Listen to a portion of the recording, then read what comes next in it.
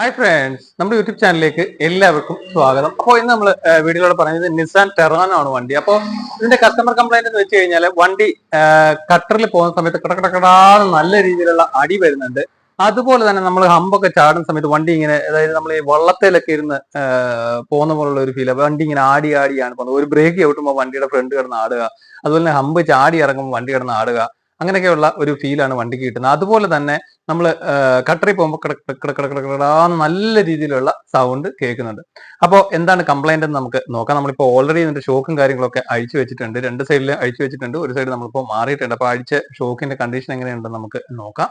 നമ്മളിപ്പോ വണ്ടിയുടെ ഒരു സൈഡിലെ ഷോക്ക് ഫുള്ളായിട്ട് അസംബ്ലി ചെയ്തിട്ടുണ്ട്. അത് നമ്മൾ പുതിയത് മാറ്റിയിട്ടുണ്ട്, മോട്ടറാണ് മാറ്റിയിരിക്കുന്ന ഷോക്ക്.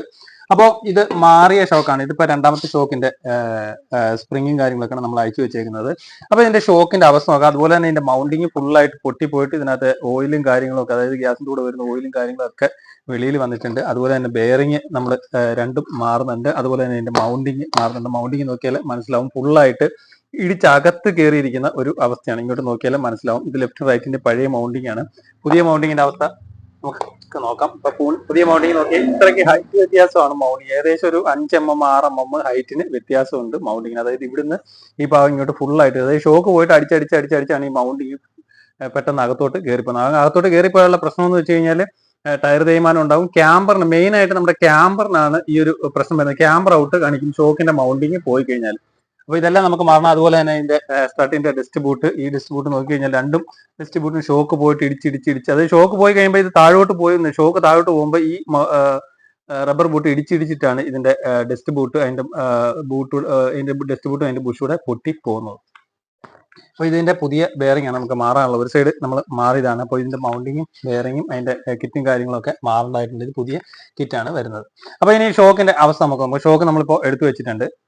ഷോക്ക് നോക്കുന്ന സമയത്ത് നമ്മൾ വെറുതെ കൈകൊണ്ട് പ്രസ് ചെയ്ത് കഴിഞ്ഞാൽ മേളിലോട്ട് ഇങ്ങനെ വരികയാണ്. താഴോട്ട് പോയി കഴിഞ്ഞാൽ വെറുതെ താഴോട്ട് പോകണം. ശരിക്കും പറഞ്ഞാൽ ഷോക്ക് എന്ന് പറഞ്ഞാൽ താഴോട്ട് പ്രസ് ചെയ്ത് വിട്ട് കഴിഞ്ഞാൽ മേളിലോട്ട് ഓട്ടോമാറ്റിക് ആക്ഷൻ ആയിട്ട് വരേണ്ടതാണ്. പക്ഷേ ഇത് നേരെ ഒരു ഫീലും ഇല്ലാത്ത രീതിയിലാണ് ഈ ഒരു ഷോക്ക് നിൽക്കുന്നത്. അപ്പോൾ ഈ ഷോക്ക് ഇങ്ങനെ പോയി കഴിഞ്ഞാൽ വണ്ടി ഇങ്ങനെ വെള്ളം പോലെ ഇങ്ങനെ, അതായത് ഹമ്പ് കയറുന്ന സമയത്ത് ഇങ്ങനെ വണ്ടി ആടി ഫ്രണ്ട് ആടി പോകുന്ന ഒരു അവസ്ഥ ഉണ്ടാകും. അതുപോലെ തന്നെ കട്ടറി വീഴുമ്പോൾ നല്ല സൗണ്ട് ആയിരിക്കും ഫീൽ ചെയ്യുന്നത്. അതുപോലെ തന്നെ ഇത് ഒരു സൈഡിലെ ഷോക്കാണ്, ഒരു ഫീലും ഇല്ല. മുകളിലോട്ട് ശകലം പോലും ആക്ഷൻ ഇല്ല. അതുപോലെ തന്നെ മുകളിലോട്ട് നമ്മൾ കൈകൊണ്ട് പിടിക്കുമ്പോൾ തന്നെ മുകളിലോട്ട് വരുന്ന ഒരു അവസ്ഥയാണ്. താഴോട്ട് പ്രസ് ചെയ്യുന്ന സമയത്ത് ഒരു ഫീലും കിട്ടുന്നില്ല. അതുപോലെ തന്നെ ഇതിന്റെ ഷോക്കിന്റെ സെന്റർ വെച്ചിട്ടുണ്ട്. ഇത്രയും ഫ്രീ ആണ് ഷോക്കിന് ഉള്ളത്.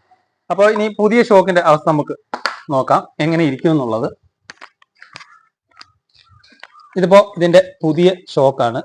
അപ്പോൾ ഇത് നമുക്കൊന്ന് പ്രസ് ചെയ്ത് നോക്കാം. നമ്മളിപ്പോൾ പ്രസ് ചെയ്യുമ്പോൾ താഴോട്ട് ഇച്ചിരി ഹാർഡിലായിരിക്കും പ്രസ് ചെയ്ത് പോകുന്നത്.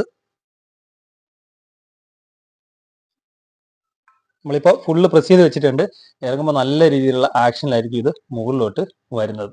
ഇതാണ് ശരിക്കുള്ള ഷോക്കിന്റെ കണ്ടീഷൻ വരുന്നത്. അതായത് ഫുള്ള് പ്രസ് ചെയ്ത് കഴിഞ്ഞാൽ ഇത് ഗ്യാസ് ടൈപ്പ് ഷോക്കാണ് വരുന്നത്. ഗ്യാസ് ടൈപ്പ് ഷോക്കാണ് നമ്മൾ ഫുള്ള് പ്രസ് ചെയ്ത് കഴിഞ്ഞാൽ മുകളിലോട്ട് നല്ല ക്വിക്കായിട്ട് വരുന്നത്.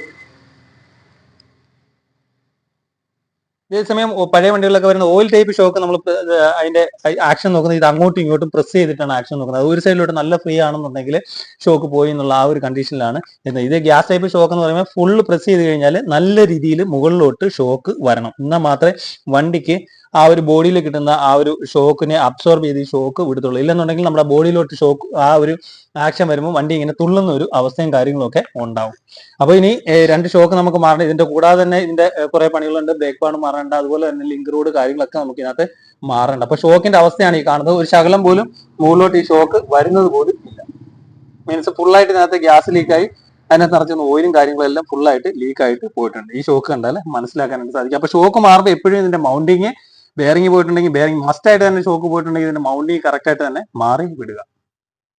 അപ്പോൾ നമ്മൾ വണ്ടികളിലെ ഷോക്ക് മാറുന്ന അവസരത്തിൽ, അതായത് വണ്ടി ഇങ്ങനെ കുതിച്ച് ഇങ്ങനെ ആടി പോകുന്നത്, ബ്രേക്ക് ചവിട്ടുമ്പോൾ വണ്ടിക്ക് ഒരു ആട്ടം, അതായത് 3-4 ബൗൺസിൽ ഇങ്ങനെ വണ്ടി ഇങ്ങനെ ആടുന്നത് നമുക്ക് ഫീൽ ചെയ്യാനായിട്ട്, അങ്ങനെ പോകുന്നുണ്ടെങ്കിൽ ഷോക്കാണ്. പിന്നെ രണ്ടാമത്തെ ഒരു കേസ് എന്ന് പറഞ്ഞു കഴിഞ്ഞാൽ ഈ മാരുതി വണ്ടികൾക്ക് ഈ ഷോക്ക് ഹാർഡായിട്ടിരിക്കുന്ന ഒരു അവസ്ഥയുണ്ട്. ഈ ഷോക്ക് ഹാർഡായിട്ടിരുന്ന് കഴിഞ്ഞാൽ എന്താ സംഭവിക്കുന്നത്, നമ്മൾ അമ്പി ആടുമ്പോൾ പൊത്തോ അടിക്കുന്ന ഒരു ഫീൽ കിട്ടും. അതായത് ഈ ഓട്ടോയിലൊക്കെ യാത്ര ചെയ്യുന്ന ഒരു ഫീൽ. ഇതെന്ന് പറഞ്ഞു കഴിഞ്ഞാൽ ഇങ്ങനെ ആടി ഷോക്ക് പൂർണ്ണമായിട്ട് ഫ്രീ ആണെന്നുണ്ടെങ്കിൽ ഇങ്ങനെ ആടി പോകുന്ന ഫീലും, ഷോക്ക് ഹാർഡായിട്ട് നിൽക്കുന്ന ഒരു അവസ്ഥ, അതായത് അങ്ങോട്ടും ഇങ്ങോട്ടും ആക്ഷൻ ഇല്ലാതെ ഹാർഡായിട്ട് നിൽക്കുന്ന ഒരു അവസ്ഥയാണെന്നുണ്ടെങ്കിൽ നമ്മൾ പൊത്തൊന്ന് അടിക്കുന്ന ഒരു, അതായത് അമ്പി ആടുമ്പോൾ ടക്ക് എന്നുള്ള ഫീല് നമുക്ക് നല്ല മുഴക്കത്തോടു കൂടി നമ്മുടെ ബോഡി ഉൾപ്പെടെ കിടന്ന് വൈബ്രേറ്റ് ചെയ്യുന്ന ഒരു ഫീല് നമുക്ക് കിട്ടും. നമ്മളെ പിന്നെ ശ്വാസം മുട്ടുന്ന പോലൊക്കെയുള്ള ഫീൽ നമുക്ക് വണ്ടിയിൽ ഇരുന്ന് കഴിഞ്ഞാൽ യാത്ര ചെയ്ത് കഴിഞ്ഞാൽ ആ ഒരു ഫീൽ കിട്ടുന്നുണ്ടെങ്കിൽ ഷോക്ക് ഹാർഡ് ആയിട്ടുണ്ടെന്നാണ് അതിന്റെ അർത്ഥം. ഈ ബൗൺസ് ചെയ്യുന്നുണ്ടെങ്കിൽ ഷോക്ക് പൂർണ്ണമായിട്ട് ഫ്രീ ആയി, അതിനകത്ത് ഒരു ആക്ഷനും ഇല്ലാത്ത രീതിയിൽ കിടക്കുന്ന ഒരു ഫീൽ ആയി. അപ്പൊ ഷോക്ക് മാറുന്ന അവസരത്തിൽ കറക്റ്റ് ആയിട്ട് തന്നെ അതിന്റെ മൗണ്ടിങ് കറക്റ്റ് ആയിട്ട് മറ്റു മാറ്റിവിടുക. കാരണം പുതിയ മൗണ്ടിങ് ഇത്രയും ഹൈറ്റ് ഉണ്ടെങ്കിൽ പഴയ മൗണ്ടിങ് ഇത്രയും ഹൈറ്റേ ഉള്ളെങ്കിൽ എന്താ സംഭവിക്കുന്നത് വെച്ച് കഴിഞ്ഞാൽ ഇപ്പോ നമ്മൾ ഈ പുതിയ മൗണ്ടിങ് നോക്കുമ്പോൾ മനസ്സിലാക്കാനായിട്ട് സാധിക്കും.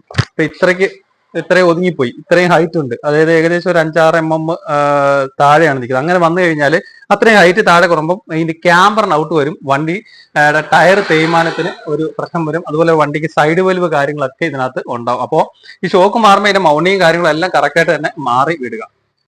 അപ്പോ നിസാൻ ടെറാനോയുടെ സസ്പെൻഷൻ സൗണ്ട്, അതുപോലെ തന്നെ ആ വണ്ടിക്ക് ഒരു ആക്ഷൻ ഇല്ലാത്ത ഒരു ഫീല്, ഇതിനെ കുറിച്ചാണ് നമ്മൾ ഈ വീഡിയോയിലൂടെ മനസ്സിലാക്കിയത്. Okay, thank you for watching.